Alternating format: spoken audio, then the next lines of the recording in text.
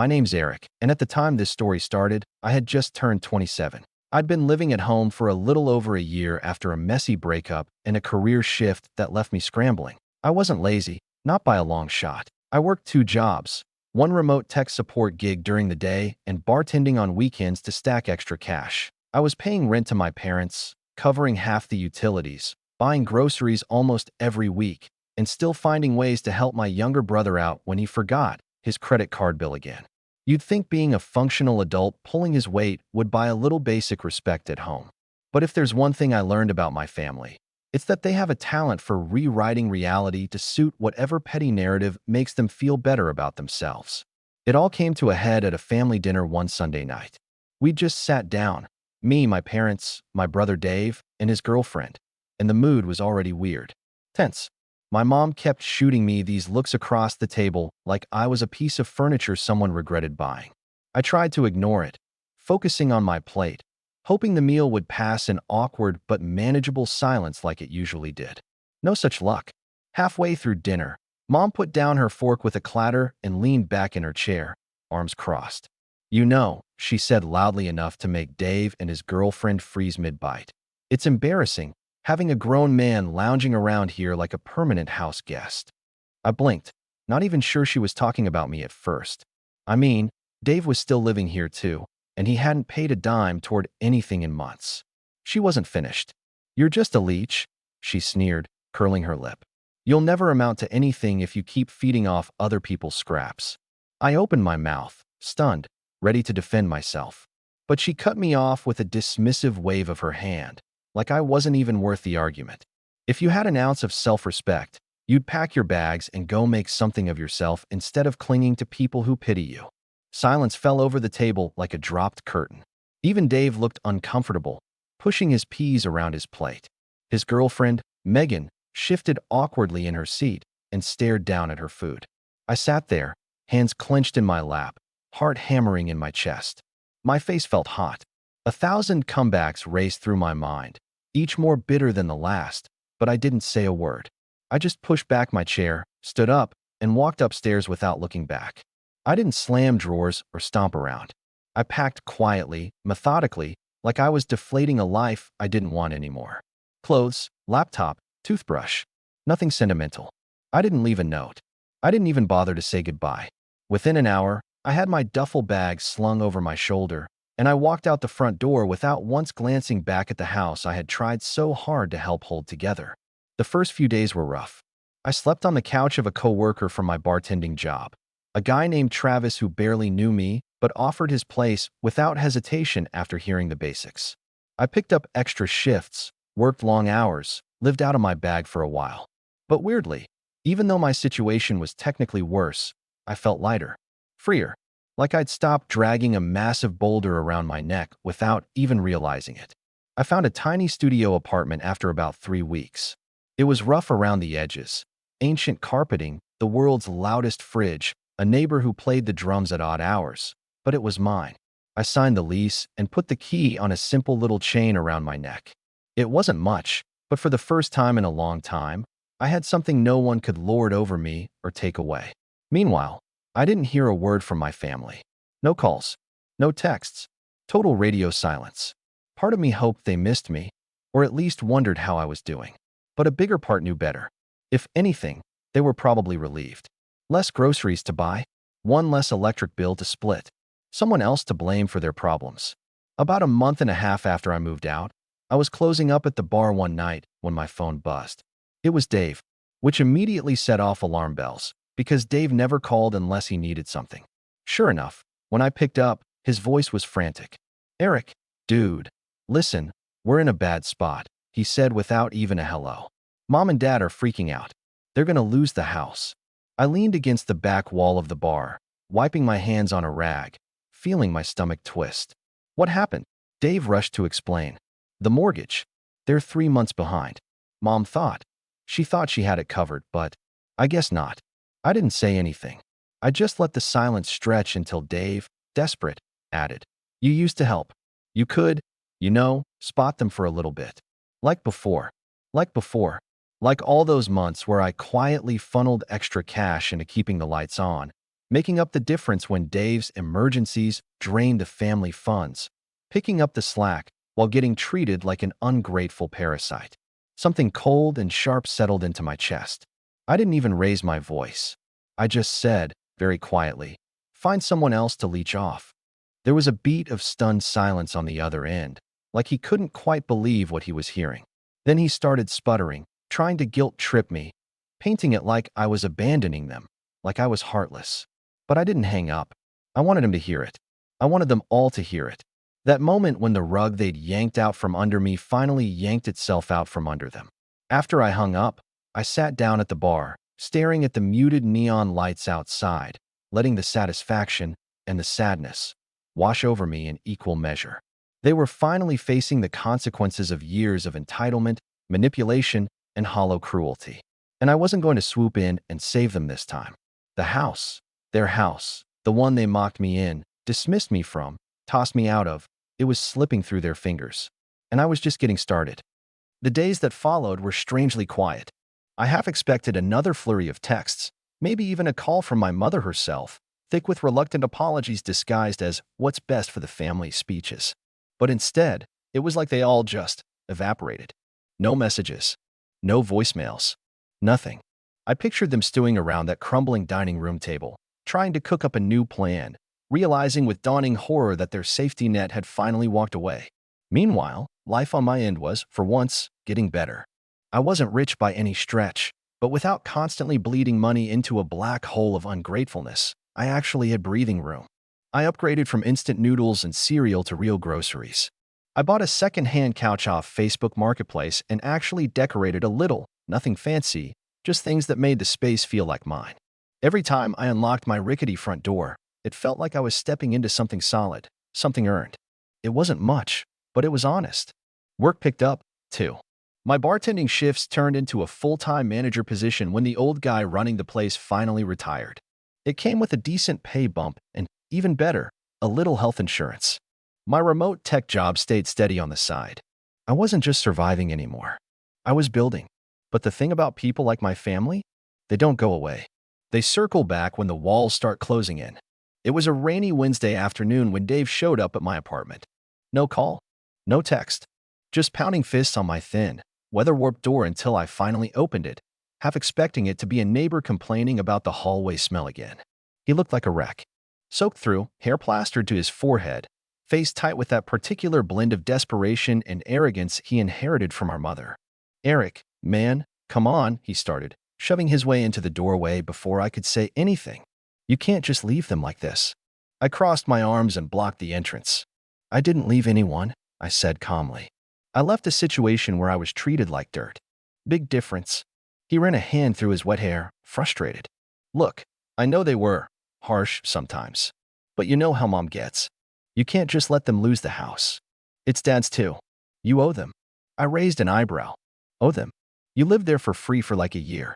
I laughed, sharp and humorless. "I paid rent, bought groceries, paid half the bills. You didn't." His mouth opened, then closed again, like he wanted to argue but couldn't figure out where to even start. Finally, he shifted gears. "Fine. Fine.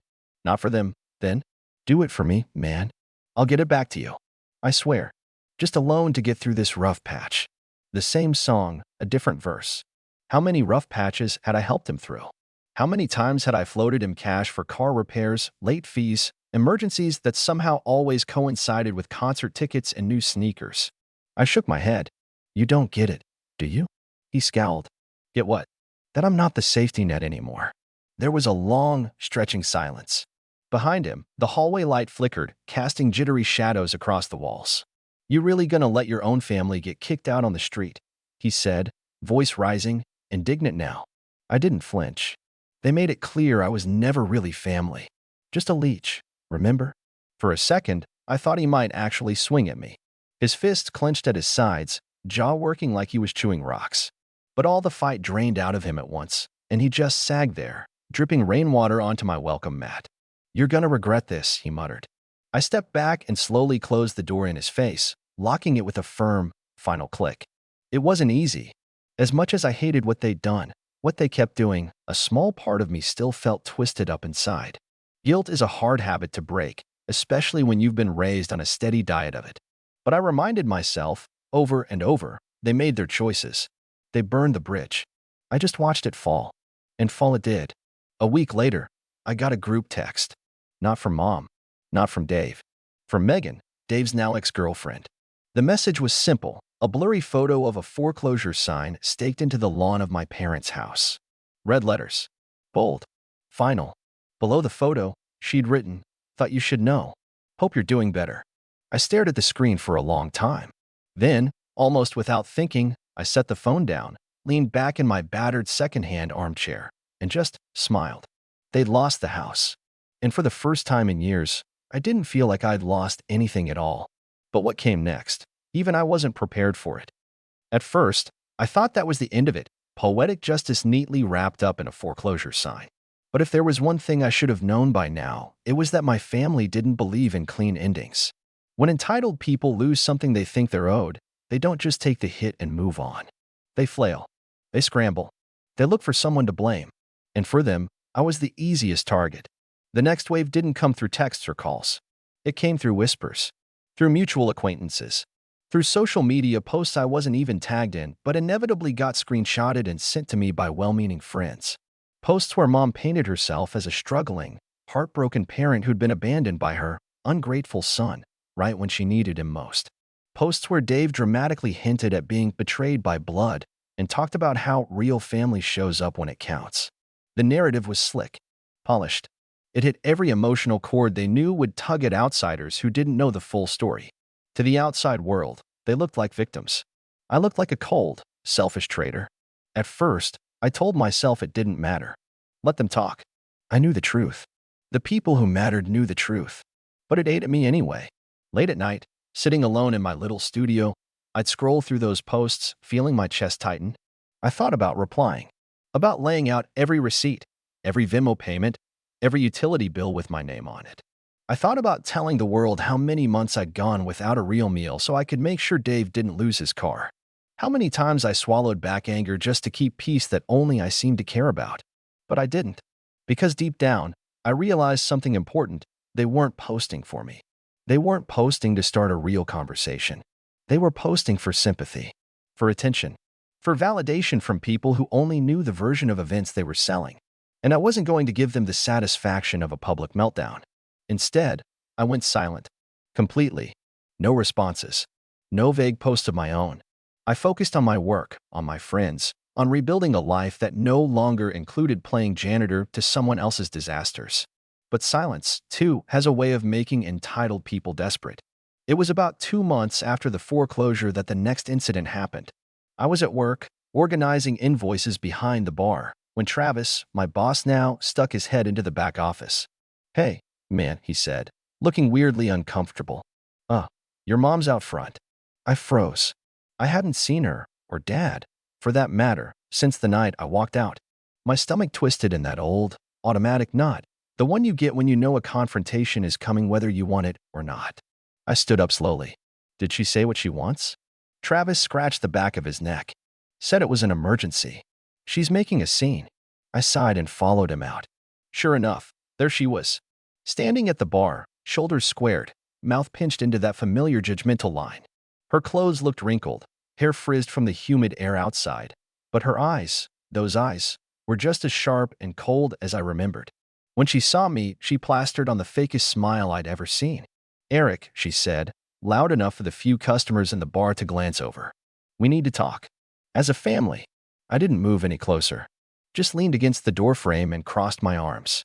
"Talk about what?" I asked, keeping my voice neutral. Her face flickered, just for a second, before she recovered. "Your father's been sick. Stress. Depression. After everything with the house."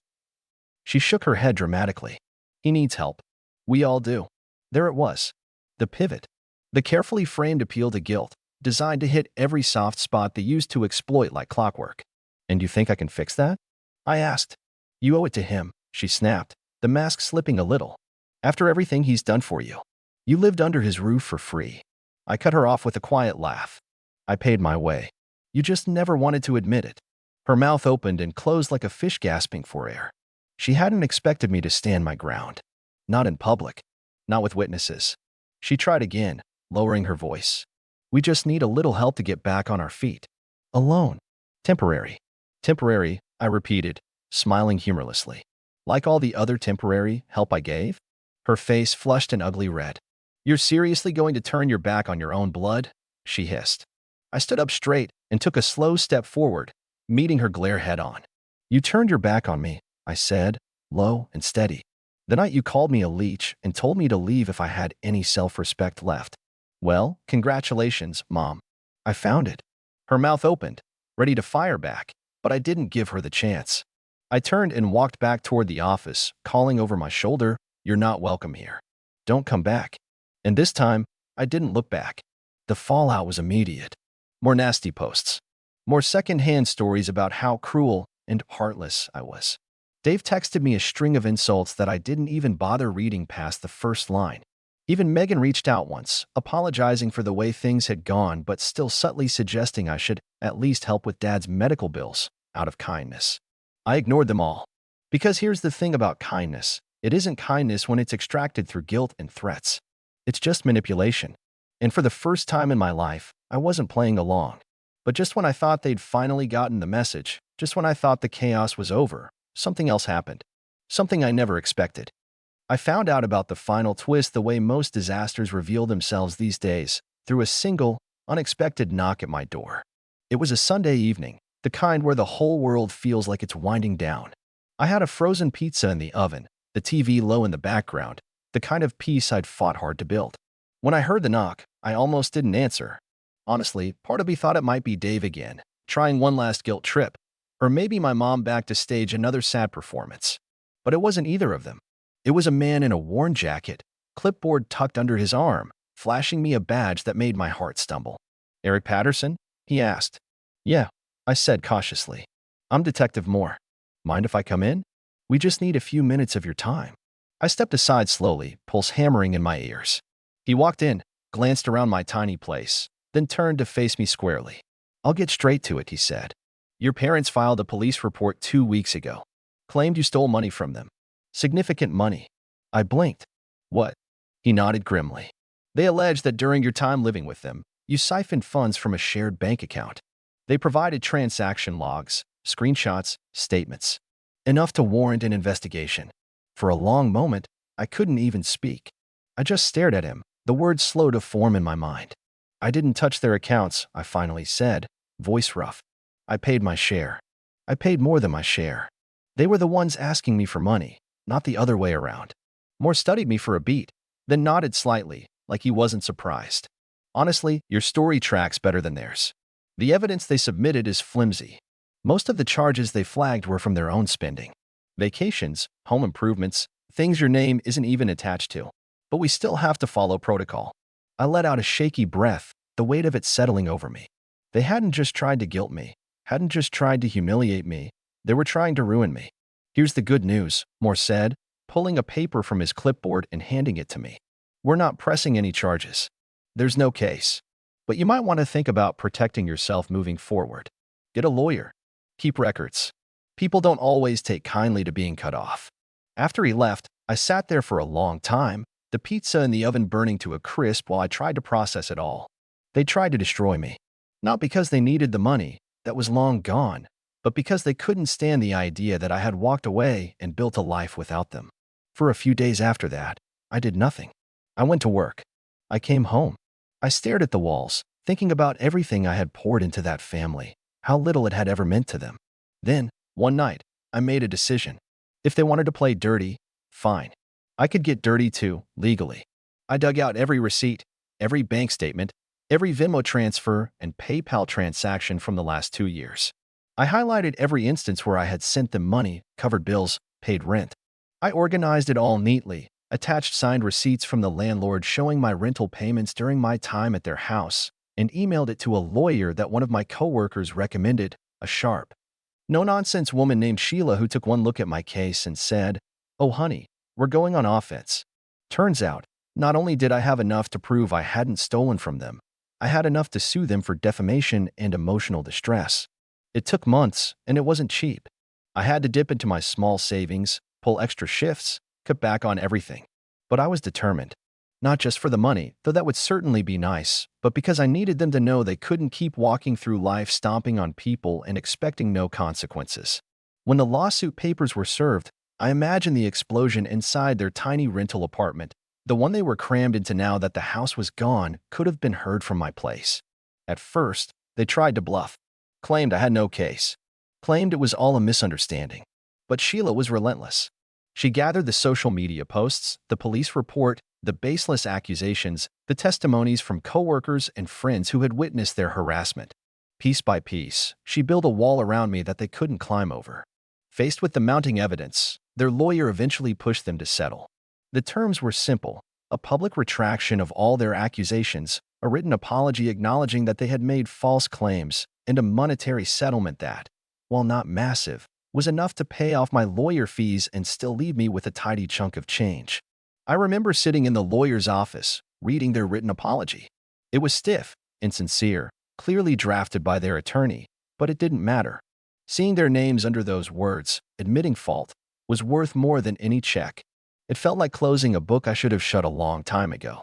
After the settlement, I blocked them all on everything, changed my number, moved to a new apartment, a nicer one this time, with hardwood floors and a balcony that caught the morning sun. I started fresh. I built new relationships, real ones, with people who saw me for who I was, not what I could provide. I finally went back to school part-time, pursuing the degree I had put off for years because of everyone else's emergencies. Life wasn't perfect, but it was mine. Fully, unapologetically mine. Sometimes I still think about them, Mom, Dad, Dave, and wonder what their lives look like now. Whether they ever learned anything. Whether they sit around blaming me for everything that went wrong, spinning new stories about how they were the real victims all along. But I don't lose sleep over it. Because at the end of the day, I know the truth. I wasn't the leech. They were. And I'm the one who cut them off for good. For the first time in my life, I'm not surviving under the weight of someone else's expectations. I'm living. And no matter how loud their lies get, no matter how many bridges they try to torch in my name, they can't touch what I've built now. Not anymore.